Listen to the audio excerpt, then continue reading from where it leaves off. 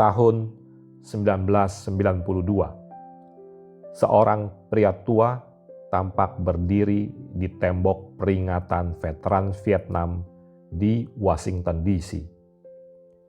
Langkahnya tak lagi tegap, tetapi matanya masih setajam elang. Ia adalah James Michael Sprayberry, yang biasa dipanggil teman-temannya Jim. Jim bukanlah veteran biasa. Ia adalah seorang penerima Medal of Honor, penghargaan militer tertinggi di Amerika Serikat. Ia berjalan menyusuri tembok, jarinya menelusuri ribuan nama yang terukir sampai ia menemukan satu nama. Ia membungkuk dan menempelkan dahinya ke tembok. Di balik medalinya ada luka yang tak terlihat. Selama 24 tahun, Jim hidup dengan beban itu. Beban seorang komandan yang membawa pulang anak buahnya dalam peti mati. Itu bukan sekedar kenangan. Itu adalah hantu yang berjalan bersamanya setiap hari. Saat jarinya yang keriput menyentuh dinginnya ukiran nama itu, ia bukan sedang mengingat. Dunia di sekelilingnya seakan lenyap. Itu bukan lagi tahun 1992. Ia sedang kembali ke tanggal 25 April 1968 di tengah neraka hutan provinsi Pleiku, Vietnam.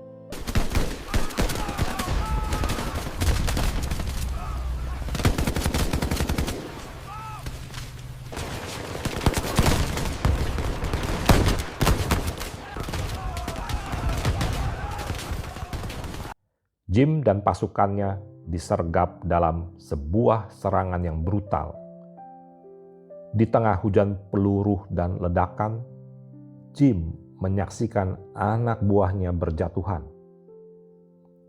Didorong oleh keberanian yang heroik, ia seorang diri menyerang senapan mesin pembunuh musuh, menyelamatkan beberapa rekannya yang terluka, dan memimpin serangan balasan yang akhirnya menyelamatkan sisa pasukannya.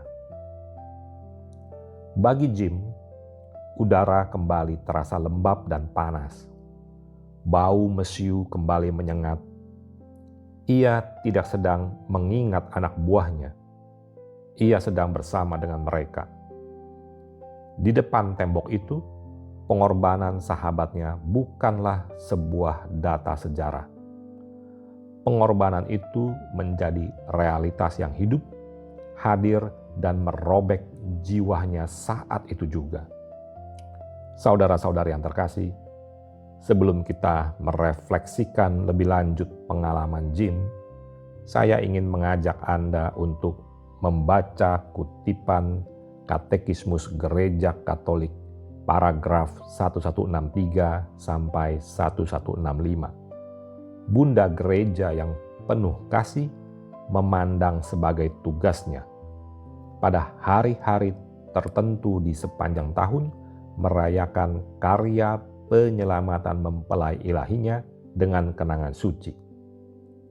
Sekali seminggu, pada hari yang disebut Hari Tuhan, gereja mengenangkan kebangkitan Tuhan yang sekali setahun pada Hari Raya Agung Paskah juga dirayakannya bersama dengan sengsaranya yang suci.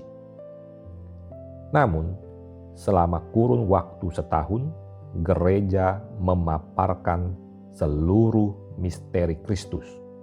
Dengan mengenangkan misteri-misteri penebusan itu, gereja membuka bagi kaum beriman kekayaan utama serta pahala Tuhannya sedemikian rupa sehingga rahasia-rahasia itu senantiasa hadir dengan cara tertentu.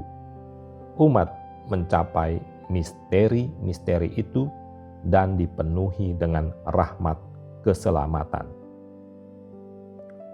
Sejak hukum Musa, umat Allah telah mengenal pesta-pesta tertentu berhubungan dengan Paskah untuk memperingati karya agung Allah Penyelamat. Berterima kasih kepadanya untuk itu, menghidupkan terus kenangan akan karya itu dan mengajarkannya kepada generasi-generasi baru, guna menjadikannya pedoman hidup.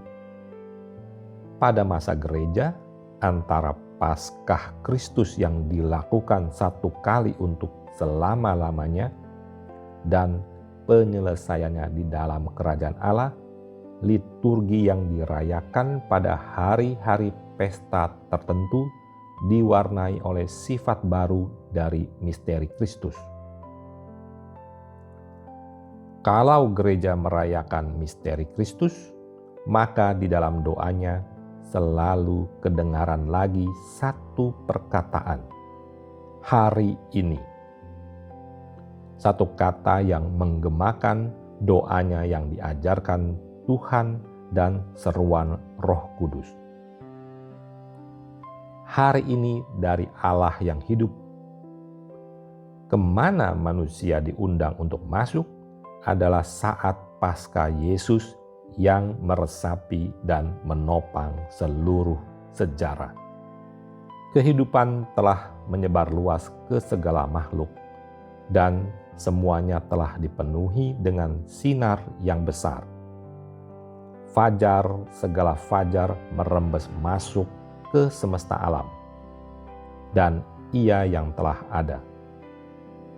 Sebelum bintang kejora dan sebelum bintang-bintang, Dia yang tidak dapat mati dan tidak berkesudahan, Kristus Agung, menyinari segala makhluk lebih cerah daripada matahari. Karena itu, bagi kita yang percaya kepadanya, menyingsinglah satu hari yang langgeng, abadi dan cerah, yang tidak ada titik akhirnya, Paskah mistik. Saudara-saudari yang terkasih, paragraf 1163 sampai dengan 1165 ini berbicara tentang bagaimana gereja merayakan misteri keselamatan Kristus dalam liturgi sepanjang tahun, dan bagaimana setiap perayaan liturgi menghadirkan karya penyelamatan itu secara nyata hari ini bagi umat beriman. Paragraf 1163 menjelaskan bahwa gereja bertugas untuk mengenangkan seluruh karya penyelamatan Kristus sepanjang tahun, bukan hanya pada Paskah, tetapi dalam seluruh tahun liturgi, Advent, Natal, Prapaskah, dan seterusnya. Melalui perayaan-perayaan ini, gereja menghadirkan kembali misteri Kristus supaya umat dapat berjumpa dengan rahmat keselamatannya sekarang, bukan hanya mengenang peristiwa masa lalu.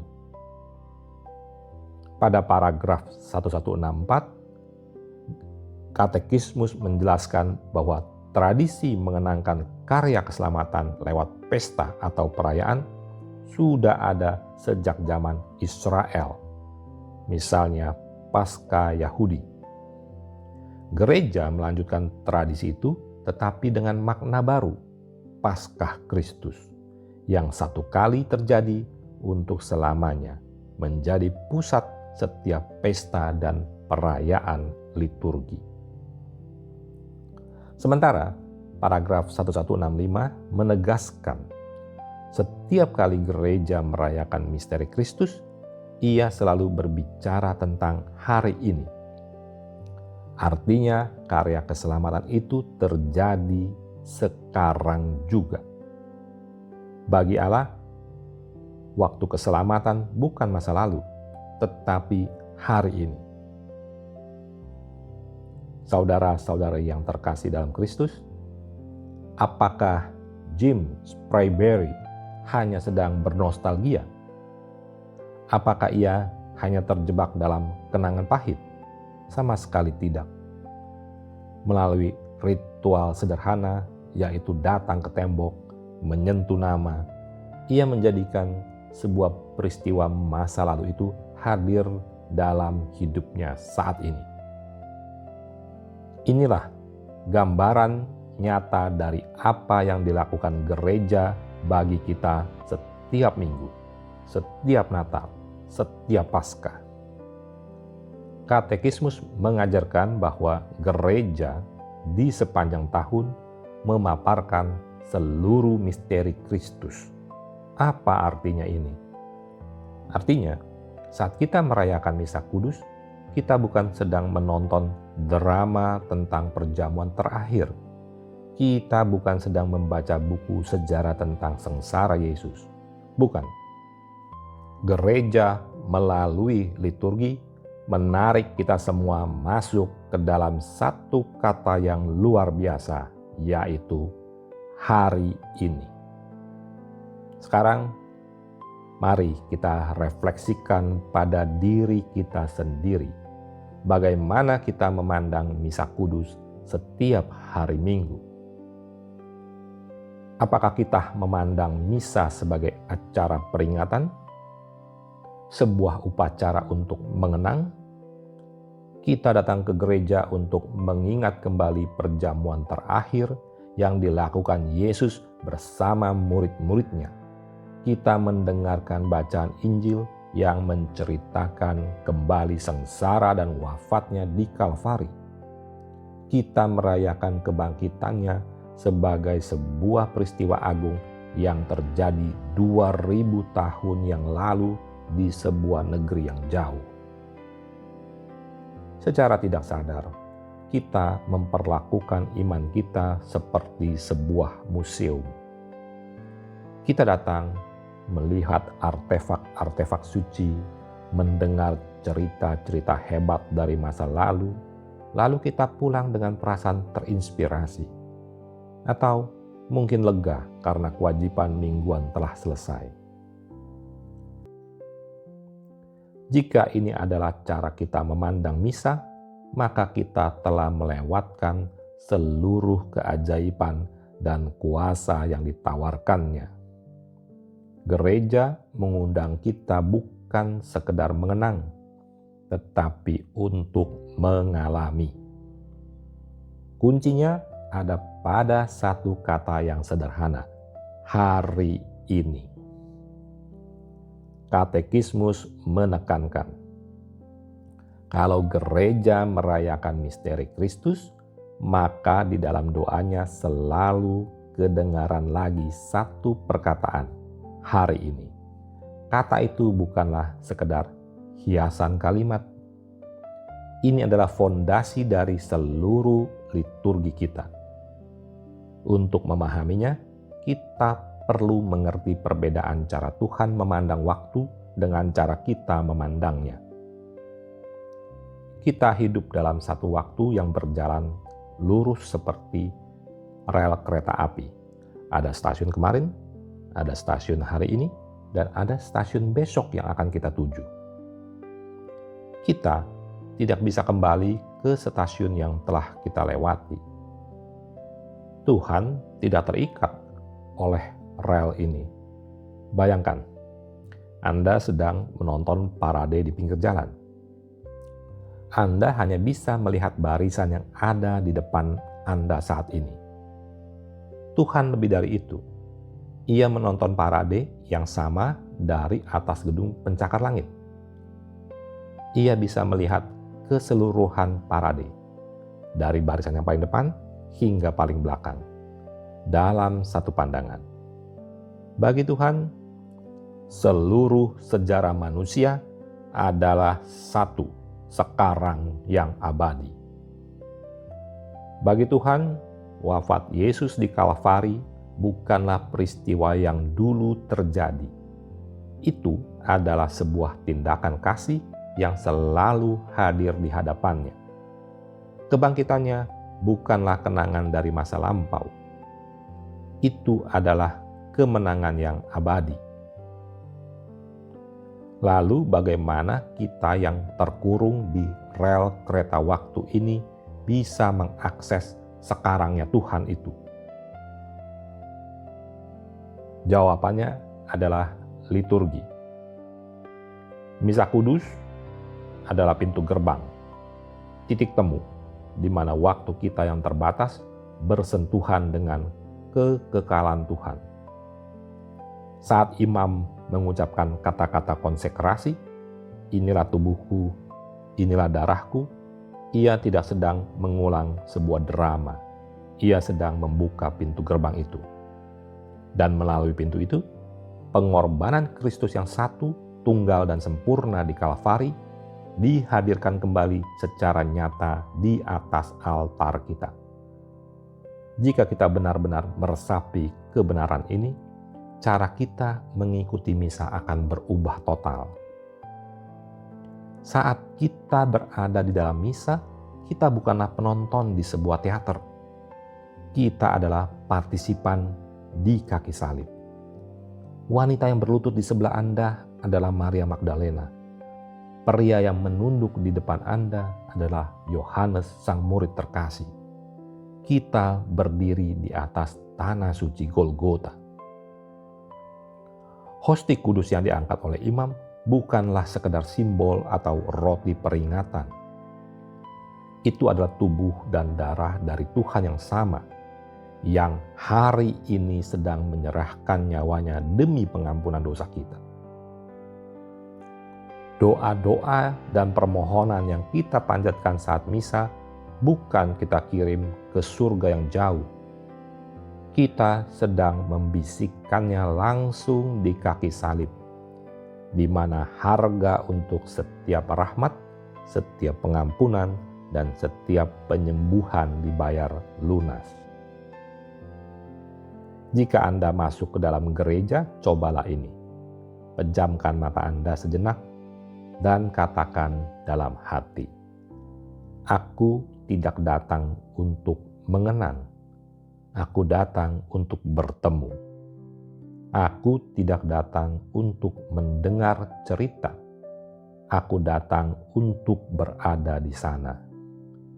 Biarkan kebenaran ini meresap. Biarkan ia mengubah kewajiban mingguan Anda menjadi sebuah perjumpaan yang pribadi. Sebab gereja tidak memberi kita kenangan. Ia memberi kita kenyataan. Ia memberi kita hari ini. Jangan tunggu besok untuk mengalami kasih Tuhan. Jangan hidup dari kenangan masa lalu. Karena Tuhan berkata, "Hari ini aku datang untukmu. Hari ini adalah Paskahmu yang baru." Sebagai penutup renungan ini, saya ingin mengutip sebuah ayat Alkitab dari Ibrani bab 3 ayat 7 sampai dengan 8. Sebab itu, seperti yang dikatakan Roh Kudus, pada hari ini jika kamu mendengar suaranya, janganlah keraskan hatimu. Amin.